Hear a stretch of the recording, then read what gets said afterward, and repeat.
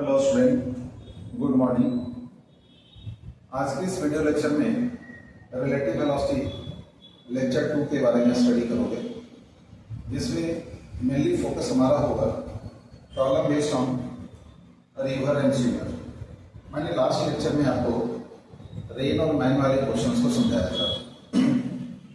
उसमें आपने ये सीखा था कि दो कार यदि सेम डायरेक्शन में मूव करते हैं तो उस केस में कार ए की वेलोसिटी कार बी के रेफरेंस में वी ए बी जो कहलाते हैं relative velocity of car A with to B, वो V A minus V B के बराबर था।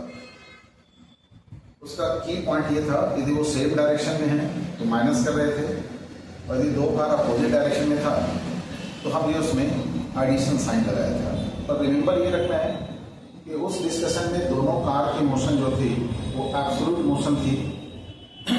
यहाँ पर हम ऑब्जर्वेशंस क्या ले रखे हैं कि ये हमारा राइटवर्ड डायरेक्शन में यूनिफॉर्म फ्लो ऑफ रिवर है, जिसका वैल्यू मैंने यहाँ पर 5 किलोमीटर पर आवर दिया है।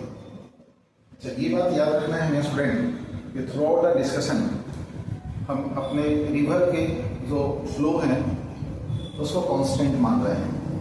तो यहाँ पर ये uniform flow of river 5 kilometre per our है। यहाँ पर मैंने लिखा डाउन स्ट्रीम। डाउन स्ट्रीम का मतलब होते हैं कि इन direction of flow of river यदि आप बोटिंग करते हो, स्विमिंग करते हो, तो ऐसे मूवमेंट को हम लोग डाउन स्ट्रीम मूवमेंट बोलते हैं। तो यहाँ पर इस डायग्राम में ये जो मैंने दिखाया है, पॉइंट ए और point B at the bank of river हमने 2 पॉइंट दिया है, जिसके बीच का सेपरेशन डिस्टेंस d = 7.5 किलोमीटर है।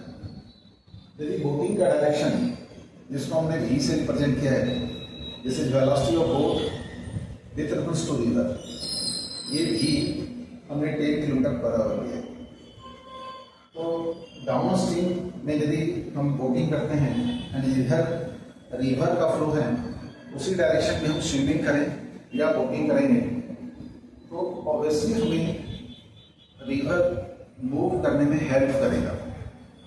इसलिए यहाँ पर हम v के साथ रिवर के फ्लो को ऐड करेंगे, जबकि प्रीवियस डिस्कशन में दोनों सेम डायरेक्शन में था और वो दोनों उसकी एब्सोल्यूट वेलोसिटी को रिप्रेजेंट कर रही थी, है ना। तो यहाँ पर हमें इस बात को रिमेंबर रखना है कि यहाँ पर जो बोटिंग है वो रिवर में है। अच्छा, समटाइम्स ये भी रहता है क्वेश्चन में दिया हुआ स्टूडेंट कि velocity of boat with reference to still water. तो इसका मतलब अगेन ये समझना चाहिए कि this is velocity of boat with reference to river. So downstream motion में in between the destination A to B जो टाइम लगेंगे उसका वैल्यू आप displacement d divided by velocity यानी d divide by v plus u लिखें। क्योंकि ये हमारा वेक्टर इक्वेशंस हैं, आप टेक्निकली इसको ऐसा भी सीख सकते हो स्टूडेंट। ये हमने जो पॉइंट लिया है a और b वो आउटसाइड ऑफ द रिवर यानी at the bank of river लिए है। ये पॉइंट a और ये पॉइंट b। डिस्प्लेसमेंट का डायरेक्शन राइटवर्ड है। एज यू नो डिस्प्लेसमेंट जिसका मेजरमेंट हम कर रहे हैं with reference to ground frame, और वैसे ही वेलोसिटी ऑफ स्विमर भी हम ग्राउंड फ्रेम से देखेंगे और ये लिखेंगे velocity of swimmer with reference to ground multiply with time. Displacement यदि ए बी को हम बी से रिप्रेजेंट कर रहे हैं और ये हमारा velocity of swimmer with reference to ground लिख रहे हैं, जबकि आपको पता है स्विमर ग्राउंड में तो स्विम करता नहीं है, रिवर में वो स्विम करते हैं।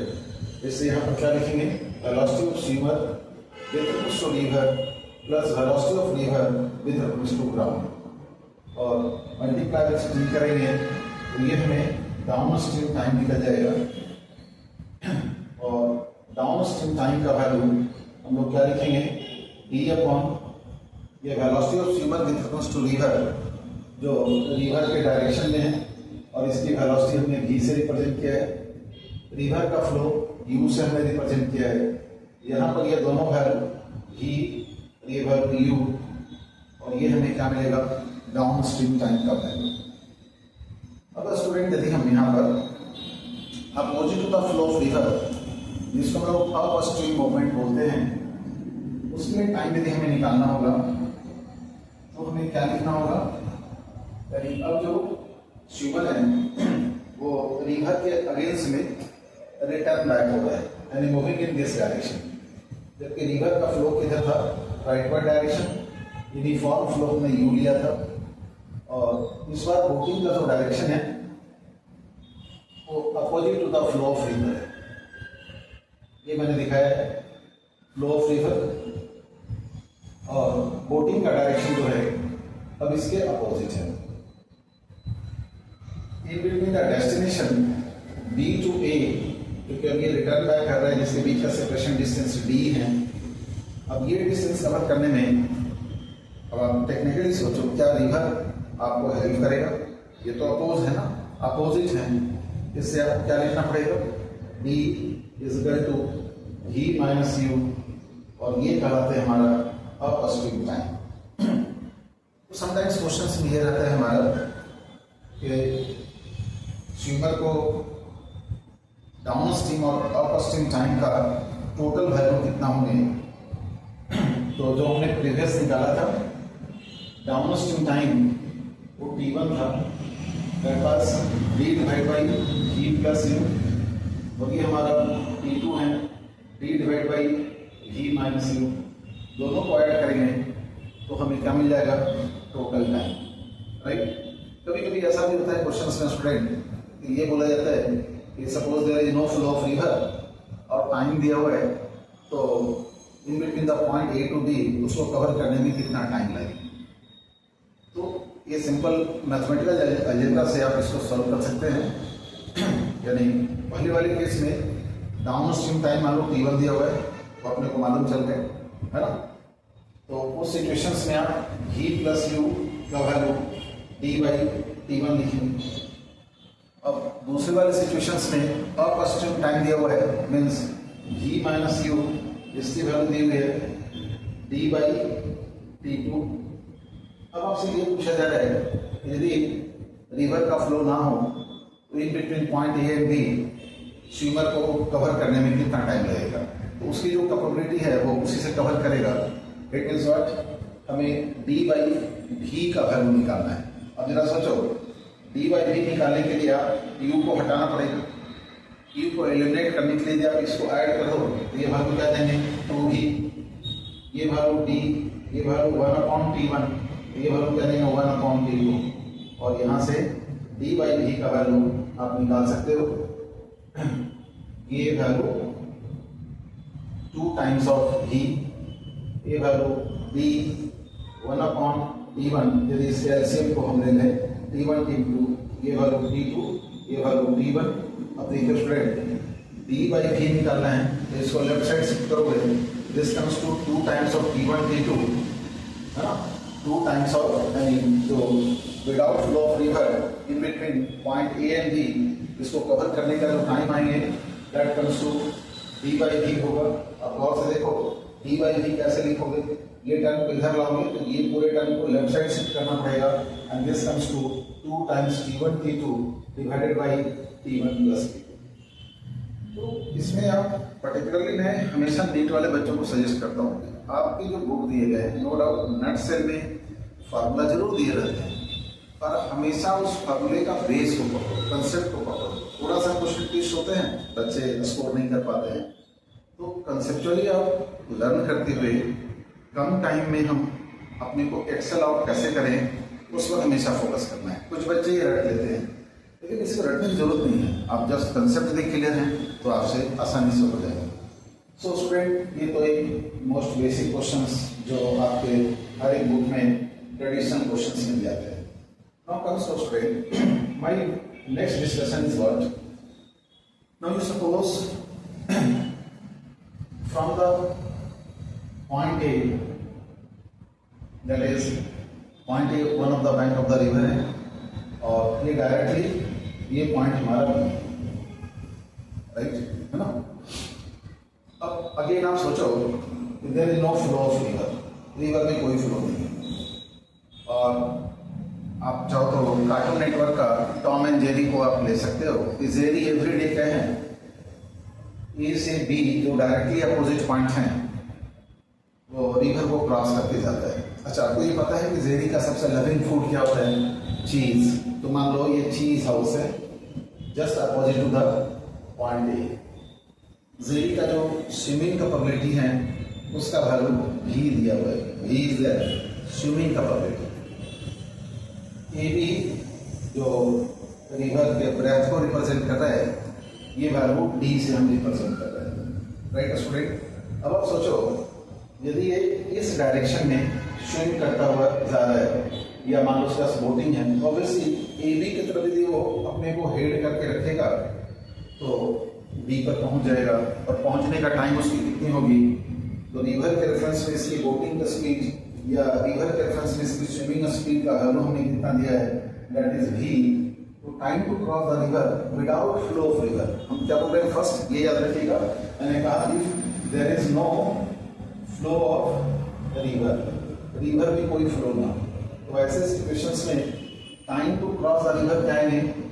टाइम टू क्रॉस रिवर यदि उसके direction of swimming A B line की तरफ है, राइट, ए बी लाइन की तरफ, तो time to cross the river ये वैल्यू आएगा हमारा D divided by, right student.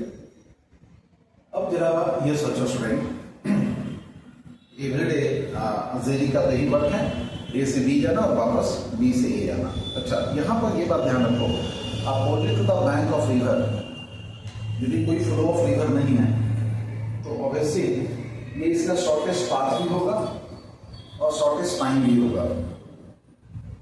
मैं फिर से बोल रहा हूँ, यदि नो फ्लो ऑफ रिवर है तो ये इसका शॉर्टेस्ट पाथ भी होगा और shortest time to cross river भी होगा। Is it clear? तो इसको जाने और आने में टोटल टाइम कितना लगेगा? इसको 2 से मल्टीप्लाई कर दो। तो एवरीडे जेरी का अर्ली मॉर्निंग यही काम था, ए से बी जाना, चीज हाउस खाकर फिर वापस आ जाना। लेकिन अनफॉर्चुनेट एक बार क्या हुआ कि रिवर में फ्लो आ गई। तो अब जरा बताओ क्या होगा? जेरी जो तैरना शुरू करते हैं, तो देखो जो व्यक्ति स्विमर होंगे वो जब भी क्रॉस करता है तो रिवर का जो फ्लो होता है उसके वो परपेंडिकुलर डायरेक्शन में तैर रहा है, तो उसके मूवमेंट, बॉडी का जो मूवमेंट है, जैसे ये मान लो हम सामने खड़ा है आपके फेस की तरफ, अब बताओ मुझे हमारे परपेंडिकुलर डायरेक्शन किधर होंगे? लेफ्टवर्ड डायरेक्शन में, तो हमेशा हम तैरने का प्रयास किधर करेंगे? रिवर के फ्लो के परपेंडिकुलर डायरेक्शन में। इफ आई थॉट कि मुझे इस ए बी लाइन के पैरेलल तैरना है, पहले तो कोई फ्लो नहीं था, ए बी लाइन पर ही रहेंगे, पर जैसे रिवर में फ्लो आ जाएंगे, यानी अब हम ये कंसेप्ट कर रहे हैं इन प्रेजेंस ऑफ रिवर, तो हम इस रिवर के परपेंडिकुलर डायरेक्शन में जैसे ही हम आगे बढ़े, थोड़ा सा आगे बढ़े, क्या रिवर हमें अपने साथ लेकर नहीं जाएगा? ऑब्वियसली लेकर जाएगा। तो हम यहाँ पर तैरते हुए इस पॉइंट पे जाए over the line A B line के parallel, over the line A B तो नहीं रहेंगे पर ए बी लाइन के पैरेलल कहीं और हम पहुंच जाएंगे, पर हमारा हेड इधर नहीं होगा, राइट है ना। मैंने एक फिल्म देखा था, याद नहीं आ रहे, वो शायद नदिया का पार, वो हिंदी फिल्म थी, तो उसका जो कैरेक्टर था हमेशा ये अपोजिट द बैंक जहाँ उसकी शादी होने वाली थी, वहाँ पर रात में लाइट जलते रहते हैं, वो हमेशा उसी लाइट की तरफ अपना ध्यान रख के वो तैर रहा है। तो मैं वही बातें बोल रहा हूँ कि जेरी भी क्या कर रहा है? जेरी का ध्यान हमेशा किधर है? बी इधर है, तो अब ये तैरना इधर नहीं शुरू करता है, ये रिवर के फ्लो के परपेंडिकुलर डायरेक्शन में तैरना शुरू करता है। भले ये ए बी लाइन पर नहीं है, पर ए बी लाइन के पैरेलल तैर रहा है। थोड़ा सा और आगे बढ़ा, रिवर फिर इसको आगे ले चला गया, और आगे बढ़ा, रिवर इस दौरान जैसे आगे बढ़ा, रिवर इधर ले आया। इस तरीके से रिवर को पार करते हुए वो अब जेरी जो है पॉइंट बी पर नहीं आएगा, ड्यू बेसिक कहाँ चला जाएगा? तो इसकी डायरेक्शन ग्राउंड फ्रेम से, जो ग्राउंड में टॉम जो बैठा है, सभी बच्चों को टॉम एंड जेरी सीरियल सभी देखे होंगे, तो जेरी इधर तैरता है और रिवर इसको हमेशा इधर कर रहा है, सोर्स कर रहा है। फिर देखो जेरी का इधर डायरेक्शन ऑफ स्विमिंग है, ये डायरेक्शन ऑफ स्विमिंग जेरी का है, यानी स्विमर का है, रिवर के रेफरेंस में, पर रिवर इसको इधर पुश कर दे रहा है। तो ये वेलोसिटी ऑफ रिवर है विद रिफरेंस टू ग्राउंड, तो ग्राउंड ऑब्जर्वर को श्यूमर का ये डायरेक्शन दिख रहा है, दैट इज VSG। तो बेसिकली ये वेक्टर इक्वेशंस हैं। हम अगेन वही चीज जो डाउन स्ट्रीम वाला केस देखे थे कि velocity of swimmer with respect to river plus velocity of river with respect to ground is equal to total velocity. यदि सेम डायरेक्शन में है तो वहां पर ऐड हो गए थे। याद रखिएगा, इसको हमेशा याद, मैं बार बार रिमाइंड कर रहा हूँ, दो कार का मोशन में सेम डायरेक्शन में माइनस किए थे, वहां पर एक कार दूसरे कार को हेल्प या अपोज नहीं कर रहा था, वो उसकी एब्सोल्यूट वेलोसिटी थी। पर यहाँ पर no doubt helping attitude river का, अपोजिंग एटीट्यूड रिवर का जरूर हमें ऑब्जर्वेशन में आ रहा है। तो यहाँ पर जब इस डायरेक्शन में तैरना शुरू किया, direction of swimming perpendicular to the flow of river है, तो ड्यूरिंग दैट टाइम रिवर इसको इधर पुश कर देगा। तो ग्राउंड के रेफरेंस में ये स्विमर इधर जाता हुआ दिखेगा, राइट स्टूडेंट। ये C पॉइंट पर आ जाएगा। AB लाइन के रेफरेंस में during the time to cross the river, जितना वो रिवर के डायरेक्शन में शिफ्ट हो जाता है, that is called drift length. Drift length का डेफिनेशन क्या है? विजुअली इसको x से रिप्रेजेंट करते हैं, और ये हमारा होता है displacement in direction of river during the time to cross the river. ये है, दिस इज डिस्प्लेसमेंट। आप चाहे नोट कर लो student, displacement in direction of swimmer during the time to cross the river। ठीक है स्टूडेंट, आप इसको नोट करिए। अब मुझे बताइए स्टूडेंट, आपकी डायरेक्शन ऑफ स्विमिंग किधर है? AB लाइन के लॉन्ग है ना, AB लाइन का लॉन्ग, और रिवर का फ्लो किधर है? ऑब्वियसली आप बोलोगे राइटवर्ड डायरेक्शन में। ठीक है, अब ये सोचो आप, ये जो वेलोसिटी है स्विमर का, AB लाइन की तरफ क्या रिवर पुश करेगा? रिवर तो हमेशा ये साइड में है ना। जैसे आप फिर वापस रिवर की वेलोसिटी को स्विच ऑफ कर दो तो स्विमर किधर जाता हुआ दिखेगा? यदि AB लाइन के पैरेलल में स्टार्ट किया तो सीधा B पर पहुंच जाएगा। अब रिवर का यदि फ्लो आ गया तो उस सिचुएशंस में इसकी वेलोसिटी ऑफ स्विमिंग रिवर को पार करने में ये ही जो है उसकी जो स्विमिंग कैपेबिलिटी है वही उसको हेल्प कर रहा है। रिवर इनफैक्ट क्या कर रहा है, इसको अपने डायरेक्शन में शिफ्ट कर देगा, पर इन एवरी मोमेंट वो रिवर के परपेंडिकुलर डायरेक्शन में तैर रहा है। यानी अभी ये देखो dy डिस्टेंस कवर किया v वेलोसिटी से, भले उस दौरान ये रिवर के डायरेक्शन में सम डिस्टेंस मूव कर गया हो, तो रिवर को पार तो उसकी खुद की जो कैपेबिलिटी है वही करवा रहा है। यानी हर एक इनफाइनेटेशनल डिस्प्लेसमेंट के टाइम को ऐड अप कर दें तो total time to cross the river निकल जाएंगे।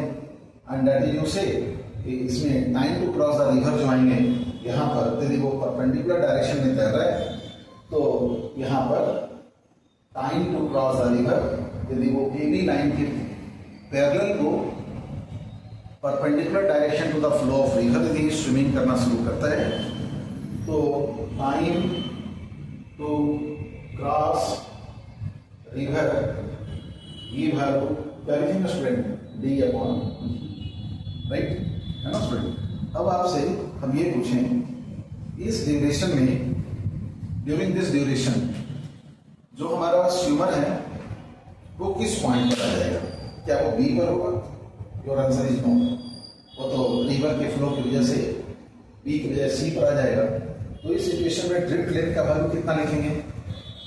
तो रिवर की स्पीड को time to cross the river से मल्टीप्लाई कर देंगे। रिवर का स्पीड क्या था? u, और time to cross the river क्या है? t। That comes to u into t का वैल्यू d बाई। सो इसमें बच्चों को समझ में आ गया। बाकी इसमें जो भी डाटा देंगे आपका जरूर से आंसर आ जाएगा। अब हम यहाँ पर आगे बढ़ते हुए स्टूडेंट नेक्स्ट पॉइंट पर आते हैं। अब देखिए स्टूडेंट, जो अज़ेरी जो कि लॉन्ग टाइम तक वो प्रैक्टिस कर रहा था A से B जाने का, पर वो बी के बजाय सी पर पहुंच जा रहा है, राइट। और फिर वो बी से चीज खाने के लिए बी पर तो आएगा ही, फिर बी से तैरता हुआ, तो ये क्वेश्चन थोड़ा सा बड़ा होगा, अभी उस पर नहीं आते हैं। अब हम यहाँ पर ये बातें कर रहे हैं स्टूडेंट, मान लो ये चीज जो है एट पॉइंट बी बिल्कुल खत्म हो गया, और मान लो एक नेक्स्ट चीज हाउस ये है, अब जेरी को सी पर डायरेक्टली पहुंचना है।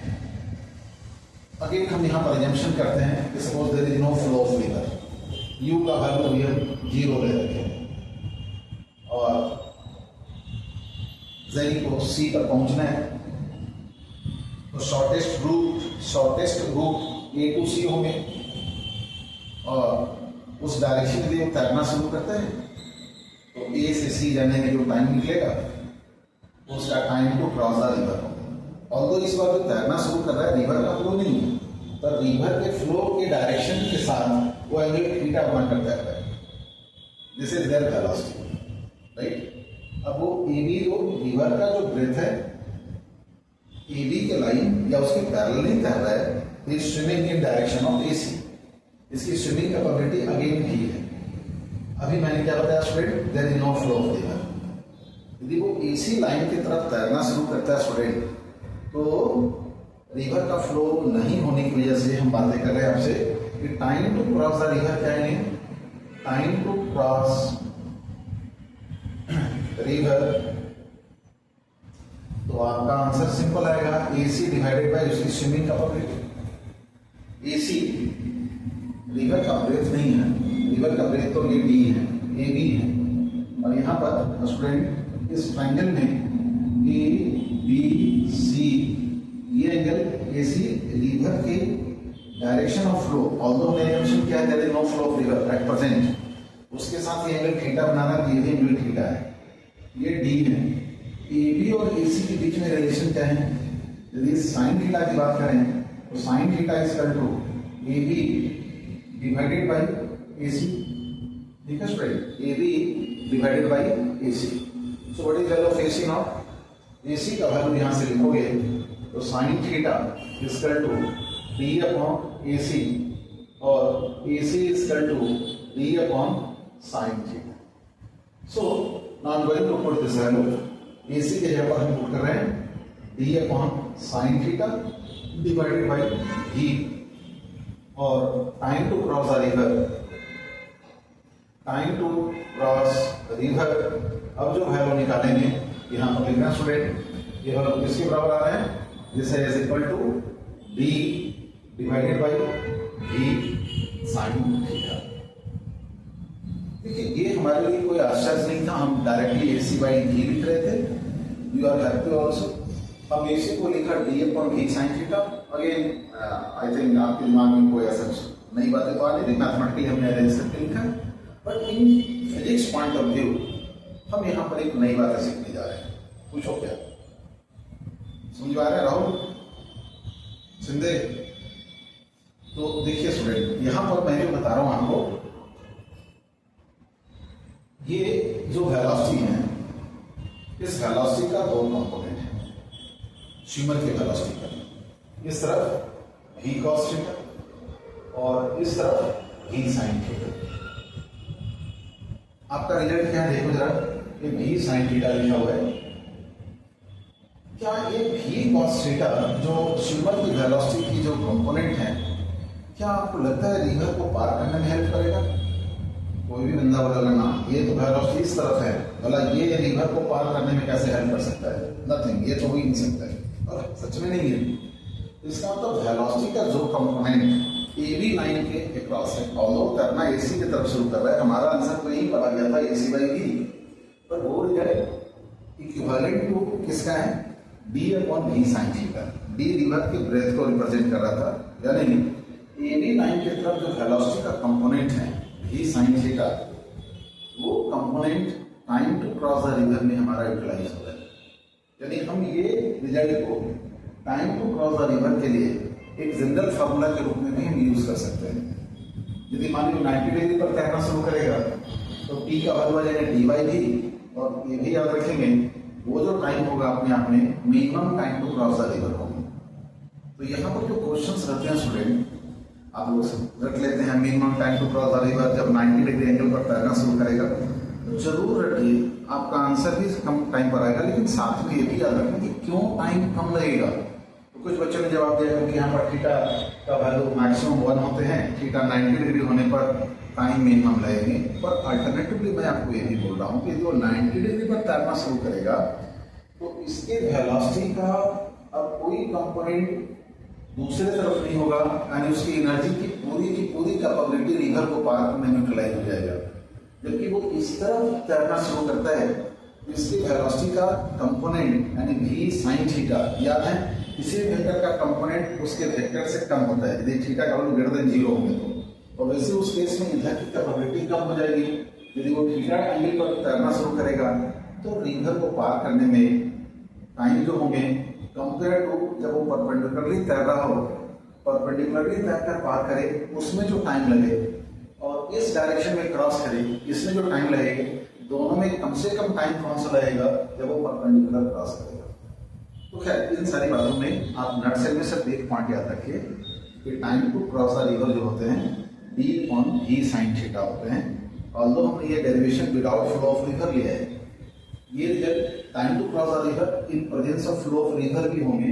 अब वो सोचें कैसे, तो अभी जो डिस्कशन में मैंने किया स्टूडेंट उसमें क्या इन्वेंशन किए थे, हमने इन्वेंशन ये किया था कि at present there is no flow of river और direction of swimming AC line के अलाउ है। राइट नाउ अब हम रिवर के फ्लो को भी एज्यूम कर रहे हैं and it is also present here. अब क्या होगा स्टूडेंट, लाइक प्रीवियस डिस्कशन, जैसे वो इस डायरेक्शन में तैरना शुरू करेगा, पहले वाले केस में क्या था, वो इस डायरेक्शन में तैरना शुरू किया था, रिवर का फ्लो नहीं था तो सीधा बी पर पहुंचा था, रिवर में फ्लो था तो रिवर अपने साथ ड्रिफ्ट करता हुआ ले चला गया। अब ये direction of swimming in line AC, यानी अब इसको डेस्टिनेशन क्या है, ये सी को देखकर तैरना शुरू कर रहा है, यानी वो रिवर के फ्लो के साथ ऑलवेज थीटा एंगल बनाकर तैरना शुरू कर रहा है। लेकिन हर एक यूनिट मूवमेंट में रिवर क्या करेगा, इसको अपने साथ भी शिफ्ट करता रहेगा, यानी जैसे ही आगे बढ़ा रिवर इसको अपने साथ यहाँ ले आएगा। तो ग्राउंड में जो बैठा ऑब्जर्वर है टॉम, वो क्या देखेगा कि स्विमर तो यहाँ पर है, यानी इसकी डायरेक्शन ऑफ मूवमेंट ग्राउंड से ऐसा दिखेगा, यानी अब वो पॉइंट सी के बजाय किस पॉइंट पर होगा, डी पॉइंट पर। अब मुझे बताइए ए बी लाइन से वो कहाँ पर दिखेगा, एट पॉइंट डी पर ऑब्जर्व होगा, और यहाँ पर अब ये बी डी जो है वो इसका कहलाएगा ड्रिफ्ट लेंथ कहलाएगा स्टूडेंट। अब आते हैं इसमें time to cross the river क्या होंगे, वो किधर तैरना शुरू किया student, in direction of AC. तो एज इट इज जो मैंने प्रीवियस आपको बताया, time to cross the river again हमारा वही रहेंगे एसी बाई वी, और that comes to d/v sin theta. Alternatively हम इसको ऐसा भी बोल सकते हैं कि इस v का दो कंपोनेंट हैं, एक ए बी लाइन की तरफ v sin theta in direction of flow river v cos theta. Although अब रिवर का भी फ्लो है, तो जैसे हमने बताया था डाउन स्ट्रीम का केस में, तो यहाँ पर ये रिवर इसके साथ हम ऐड अप हो जाएंगे। तो time to cross the river हमें क्या मिलेगा, t equal to d/v sin theta, and during this time इसकी जो ड्रिफ्ट लेंथ होगी x का वैल्यू, वो वैल्यू आएगा v cos theta plus u multiply with time to cross the river, that is d/v sin theta. तो student particularly आपका 2, 3, 4 lecture आप चीज़ों को भूल जाते हैं, और एटलीस्ट आप इसको ना इन दोनों फॉर्मूले को रेगुलरली आप जयकारा लगाते रहिए। जयकारा का मतलब आप सुबह उठिए एक बार, जैसे मॉर्निंग में, या मॉर्निंग का मतलब जो बचपन से आपको याद करो, आपके गुरु जी 1 से 30 का टेबल कैसे रटवाते थे। तो जिन बच्चों को थोड़ा सा माइंड मेमोरी में प्रॉब्लम आती है या फिर भूल जाते हैं फॉर्मूला, उनका टेक्निक क्या है, आप लिख कर 4-5 बार इसको रट लो, तो कहीं ना कहीं माइंड जो है आपको बाद में स्पीड बढ़ा देगी, आपको सोचने की एबिलिटी को इंक्रीज करेगा, इंप्रूव करेगा। ऐसे हम कंसेप्चुअली समझा रहे हैं, रटने की जरूरत मुझे लगता है इस लेक्चर के बाद बहुत कम बच्चों को पढ़ेंगे। तो स्टूडेंट अब हम यहाँ पर आगे बढ़ते हैं, 1 क्वेश्चन ले लेते हैं जिसमें आप इसको सॉल्व करें। क्वेश्चन क्या है student, suppose there is uniform flow of river जो राइटवर्ड डायरेक्शन में है, और हमने रिवर का जो फ्लो लिया है this is 6 kilometre per our. This is uniform flow river को रिप्रेजेंट कर रहा है। और स्वीमर जो है ये इन डायरेक्शन ऑफ AC, इसका एंगल दिया हुआ है 37 डिग्री। और स्विमर की जो कैपेबिलिटी है स्विमिंग करने की रिवर के रेफरेंस में this is given 10 kilometre per hour. River जो है स्टूडेंट ये हमारा सपोज 3 किलोमीटर वाइड है, D is equal to 3 kilometre wide. तो स्टूडेंट पहला क्वेश्चन पूछ रहा है इसमें आपसे, find out time to cross the river. I think सभी बच्चों को पिछले फॉर्मूले को यूज करना अब आ जाएंगे। क्या लिखेंगे time to cross the river? तो हमने बताया आपको T का वैल्यू होते हैं D/V sine theta. Time to cross the river क्या देना स्टूडेंट? रिवर कितना वाइड है 3 किलोमीटर, V का वैल्यू कितना दिया हुआ है 10 किलोमीटर पर आवर। और सभी बच्चों को याद होंगे साइन 37 का वैल्यू 3/5 होते हैं। तो देखिए स्टूडेंट 3 से 3 कैंसिल हो जाएंगे, 5 ऊपर चला आएगा, then it comes to half hour, यानी 30 मिनट्स में ये रिवर को क्रॉस कर जाएगा। और स्टूडेंट अब आप ये सोचिए कि ड्यूरिंग दिस टाइम इसकी ड्रिफ्ट लेंथ कितनी होगी। ये तो इस डायरेक्शन में AC लाइन के अलावा तैरना शुरू कर रहा है, जिसके एक कंपोनेंट इधर भी है दैट इज V cos 37, और इसी डायरेक्शन में रिवर का भी फ्लो है, U भी है। तो net velocity direction of river क्या हो जाएंगे V cos 37 प्लस U।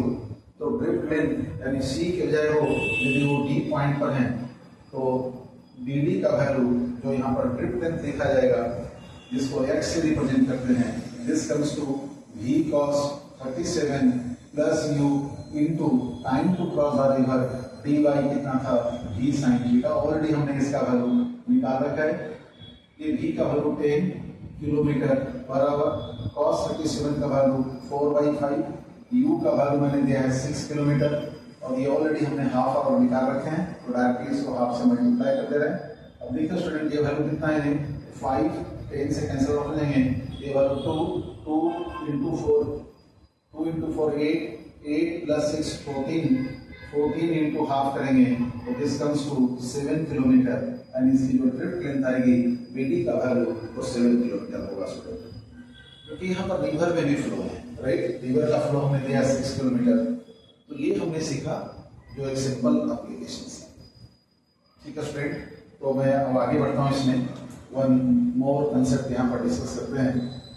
अब जरा ये सोचो स्टूडेंट, ये जो टाउन है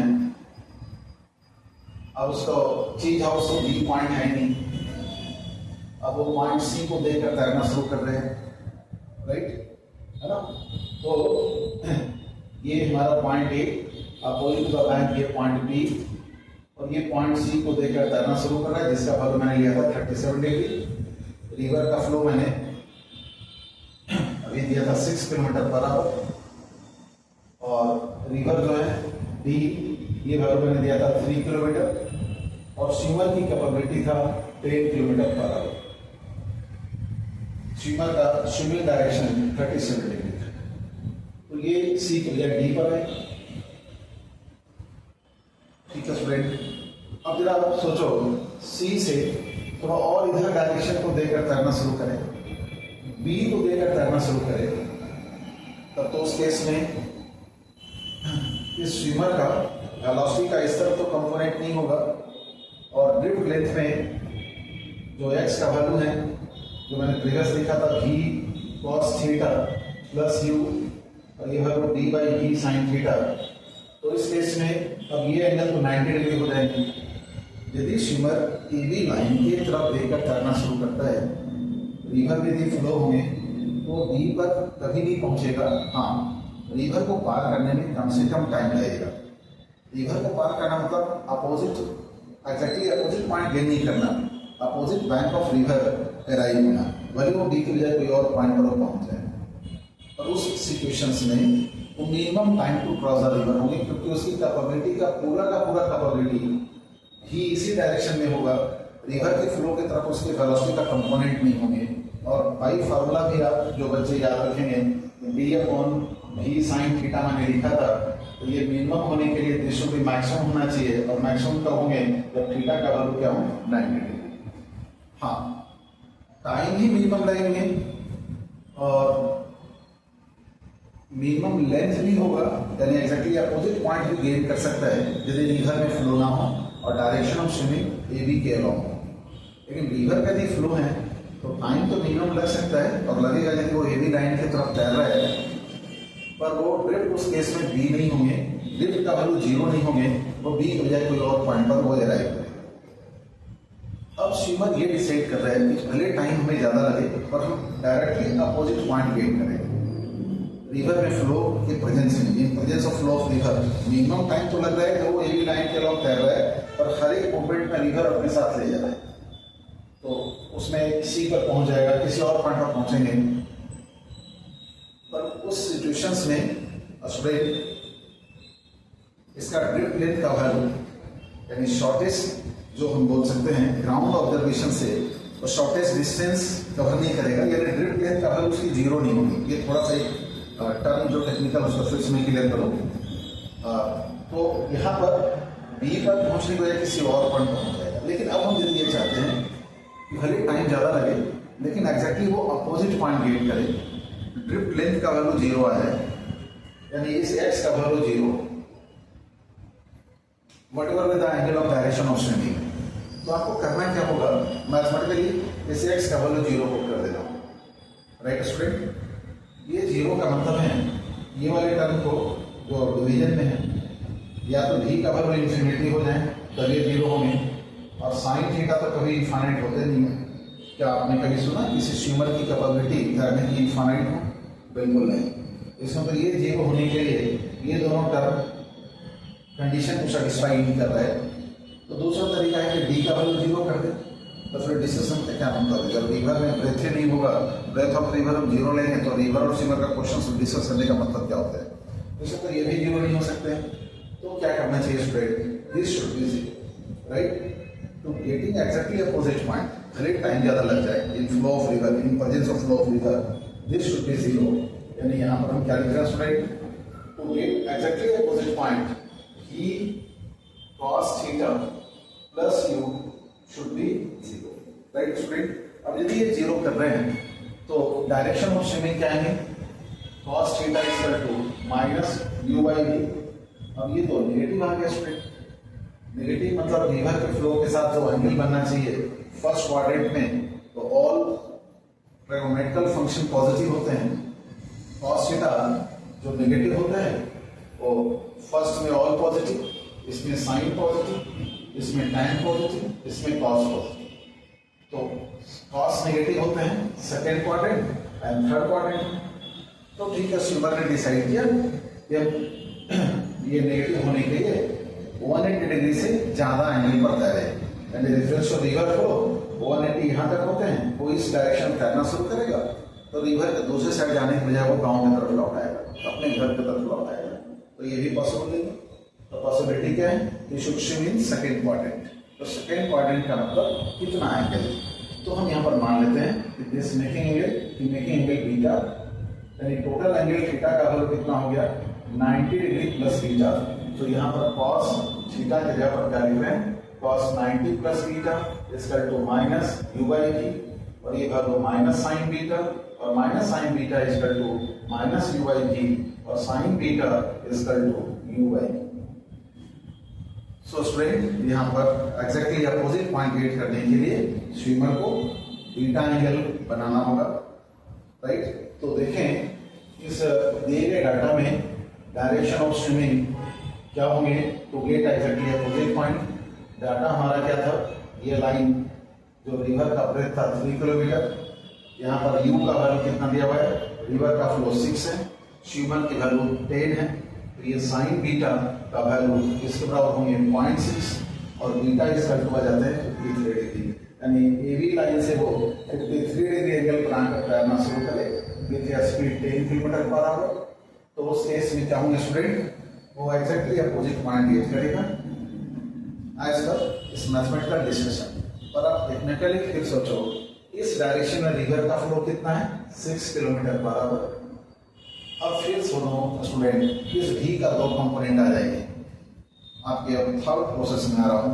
इस तरफ कंपोनेंट क्या आएंगे cos 53, इस तरफ कंपोनेंट क्या आएंगे v sin 53, राइट स्टूडेंट। अब देखो स्टूडेंट, यदि ये वाली वैल्यू और ये वाली वैल्यू यदि देखें क्या वैल्यू आते हैं, ये 10 sin 53 का वैल्यू होते हैं स्टूडेंट, कौन बताएंगे sin 53 का वैल्यू। ये जो मैंने निकाला है ये वैल्यू, अच्छा ये गलत मैंने लिख दिया, ये वैल्यू जो आता है 53 डिग्री, दिस इज 37 डिग्री, तो ये वैल्यू आ गया हमारा 37 डिग्री।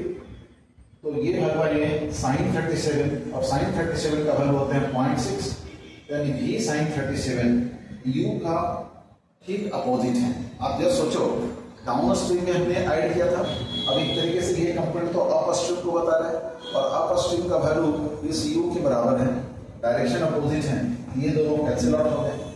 तो इस तरफ तो नेट मोशन कुछ होगा नहीं, बस गया ये वैल्यू, यानी ग्राउंड से मैं इधर जाता हूँ देखेगा, और इसकी वैल्यू कितनी हो जाएगी, इसकी value time to cross the river अब जब लगेंगे, या तो आप फार्मूले से पुट करके निकालोगे D by V sine 90 degree plus 37 degree, ये वैल्यू आ जाएंगे वी अपॉन वी, और साइन 90 प्लस 37 का वैल्यू किसके बराबर होते हैं cos 37।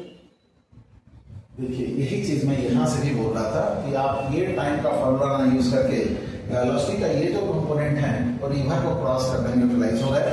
कितना वैल्यू आ रहा है, डी का वैल्यू मैंने कितना लिया था student, this is I think 3 kilometre लिए थे, और ये v का वैल्यू 10 और cos 37 का वैल्यू होते हैं स्टूडेंट 4/5, तो ये वैल्यू आ जाएंगे आपका 0.8। तो रिवर को पार करने में इसको टाइम कितना लग जाएंगे 3 किलोमीटर डिवाइडेड बाई ये वैल्यू 0.8 into 10 दैट इज 8। यदि रिवर 4 किलोमीटर वाइड होता तो 4/8 किलोमीटर बराबर होता।